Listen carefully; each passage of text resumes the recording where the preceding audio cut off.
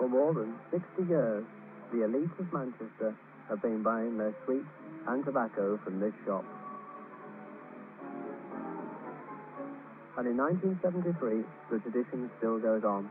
Now, under the ownership and personal supervision of Mr. Gann, thousands are served every week by either Mr. Gann himself or by one of his highly trained staff. Time has changed the shop very little over the years, and one can still be guaranteed the same friendly and individual service that one expected in 1906 when the shop first opened. Indeed, most of the shop's Victorian flavour is still retained despite the present mania for modernisation. For one of the most extensive selections of high-class confectionery in the country, surely Gann's of Rusholme cannot be bettered.